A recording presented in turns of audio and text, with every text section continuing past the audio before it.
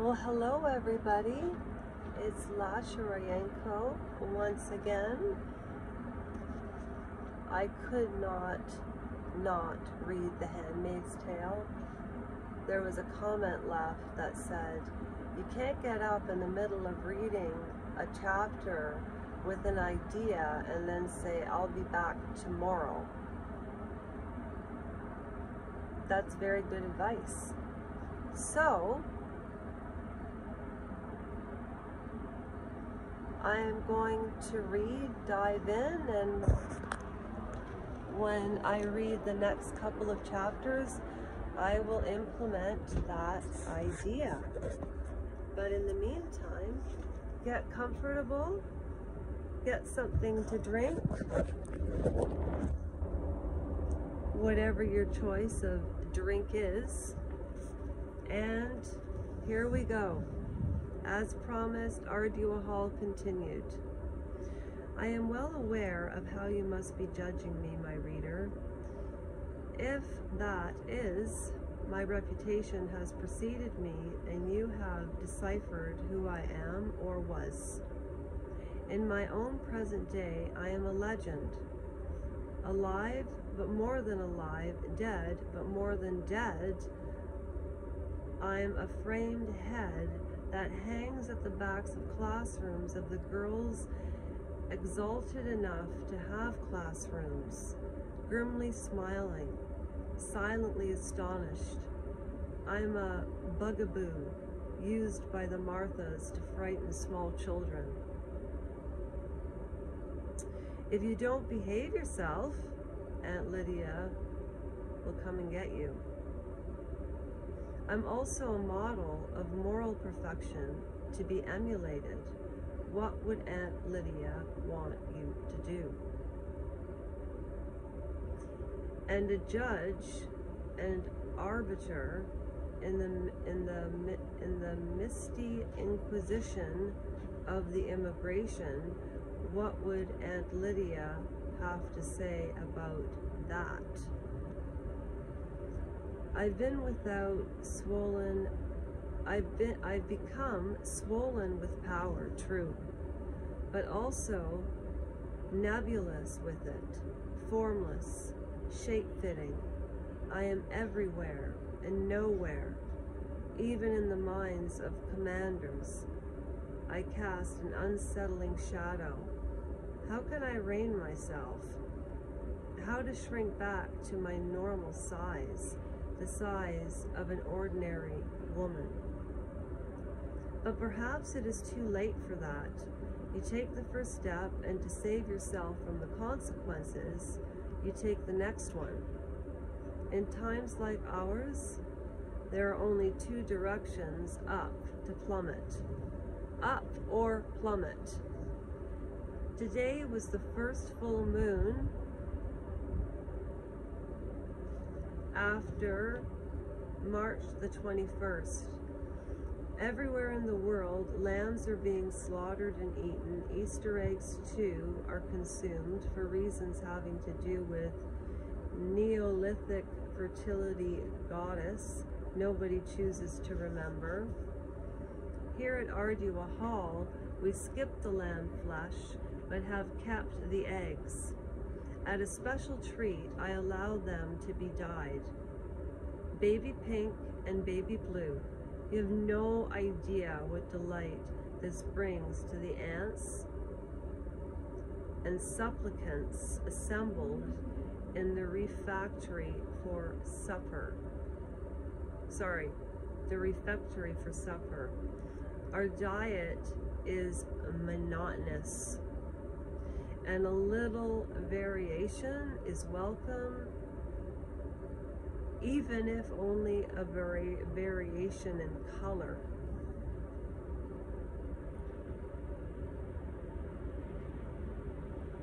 After the bowls of pastel eggs had been brought in and admired, but before our meagre MEAGRE feast began, I led the usual prayer of grace. Bless this food to our service and keep us on the path. May the Lord open, and then the special spring equinox grace. As the year unfolds into spring, many of our hearts unfold. Bless our daughters, bless our wives, bless our aunts and supplicants. Bless our pearl girls in their mission, work beyond our bodies. And many fatherly grace be poured out upon our fallen handmaids, sisters, and redeem them, although the sacrifice of their bodies and their labor according to his will. And bless baby Nicole, stolen away by her treacherous handmaid mother, and bitten by the godless in Canada. And bless all the innocents she presents, doomed to be raised by the depraved. Our thoughts and prayers are with them. May our baby Nicole be rested to us, we pray. May grace return her.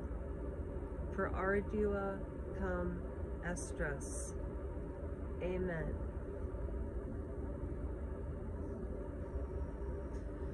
It pleases me to have it pleased to me to have, okay, I need my water.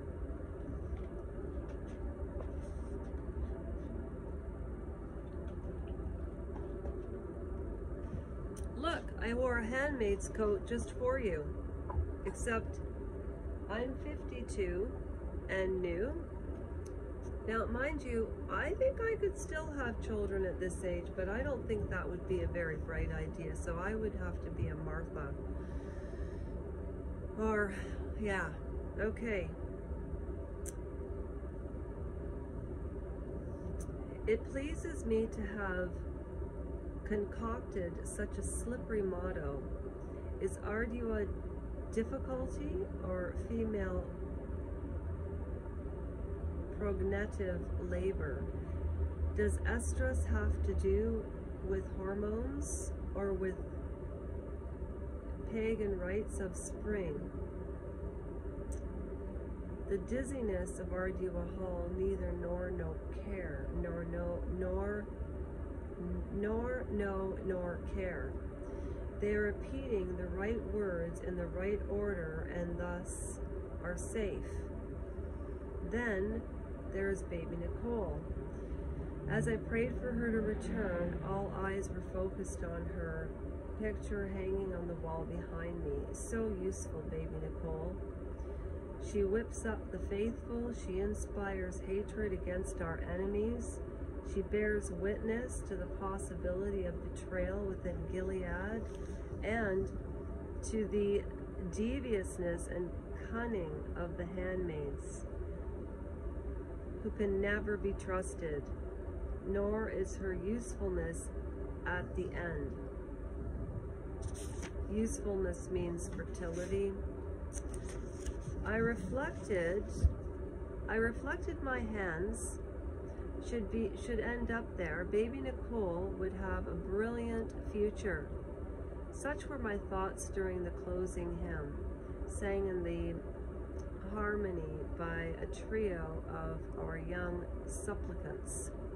Their voices were pure and clear, and the rest of us listened with rapt attention.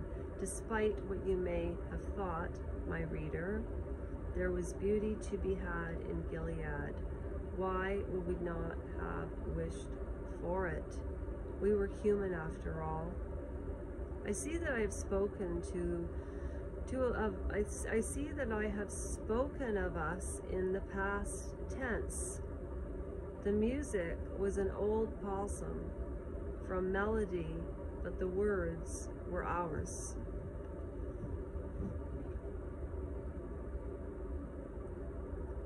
Under his eye, our beams of truth shine out. We see all sin. We shall observe you at your goings out, your coming in. From every heart we wrench the secret vice, in prayers and tears decrease the sacrifice. sworn to obey, obedience we command, we shall not swerve to duties harsh. We will lend a willing hand, we pledge to serve. All idle thoughts, all pleasures we must quell. Self we renounce, in selflessness we dwell. Well, in selflessness, you really do dwell, especially in Gilead. You know, there were so many times I wanted to stop and make a comment during this that was really funny, but I can't. I better not do that. So it continues. Without charm, these words I can say that, since I wrote them myself. But such hymns are not meant to be poetry. They are meant simply to remind those singing that of the high price they would pay for deviation from the set path. We are not forgiving towards one another's lapses here at Ardua Hall. After the singing, the festal munching began. I noted that Aunt Elizabeth took one more egg than was her share, and that Aunt Helena took one fewer, making sure that everyone had noticed that she had taken one fewer. So one's trying to hide that she's selfish and a hypocrite, and the other one is trying to make herself look like a saint. I mean, these people sound that they do things with a motive for absolutely everything. Aunt Videla snuffling into her serviette. Oh yeah, she's the one that's always blowing her nose. I saw her red-rimmed eyes flicking them from one of them to the other and then to me. What is she planning? Which way will the cat jump? And on that note, that is 12 minutes and 23 seconds. You know what? There's only 2 pages left, so I'm going to finish it. After a little celebration, I made, a nocturnal pilgrimage. Nocturnal. So I guess she couldn't sleep and she made a pilgrimage, like she took down a little adventure down to the high-grade library at the first end of the hall, along with silent moonlit walk, and just past my doorway statue, I entered. I greeted the night librarian. I traversed the general section. There were 3 of our supplicants. We're grappling with their recently acquired literacy. I walked through the reading room, for which a higher authorization is required, and there their Bibles brood in the darkness of their locked door, boxes glowing with arcane energy. Then I opened a locked door and threaded my way through the bloodliness genealogical archives and their classified files. It's essential to record who is related to whom, both officially and in fact due to the Hannibal system, the handmade system. I remember when June went snooping, but this is different. A couple's child may not be biologically related to the elite mother or even to the official father, for a desperate handmaid is likely to seek an impregnation, however it may be. It is our business to inform ourselves, since incest must be prevented. Do you remember what I said on my broadcast the other day about the royal family? It's on the hour-long one, and it's kind of right in the middle. So take the line, go to the middle. I say, well, this has nothing to do with the royal family. And then I started talking about their genealogy and the relationships and how they're all related in the family. And I thought, so really how they're different is they're all inbred. Once sequestered, I took my manuscript out of its hiding place. a hollow rectangle cut inside out of our X-rated books. Cardinal Newman's Apologize Pro Vita Sua, a defense in one's life. No one reads that weighty tomb anymore. Catholicism being considered heretical, and next door to voodoo, so no one is like to peer within. Though if someone does, it will be a bullet in the head. For me, a premature bullet. I am far from ready to depart.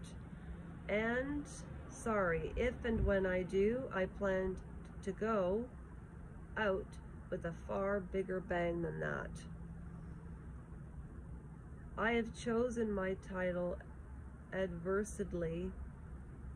For what else am I doing here but defending my life, the life I have led, the life I've told myself I had no choice but to lead.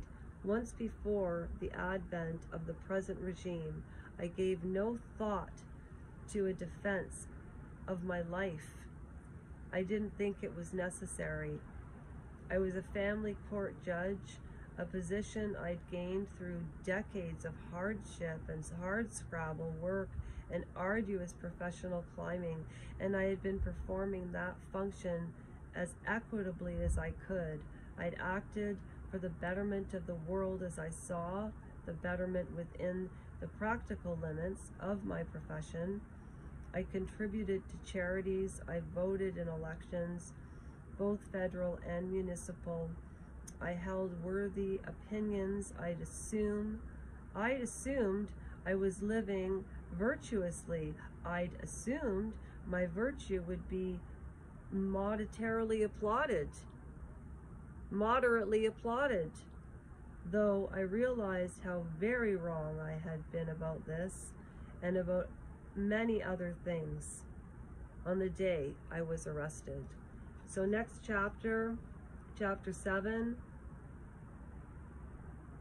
well, no, that's actually 6, continued. The Clothes Hound. So thus far we've read this much. So that took, what, an hour, 2 hours.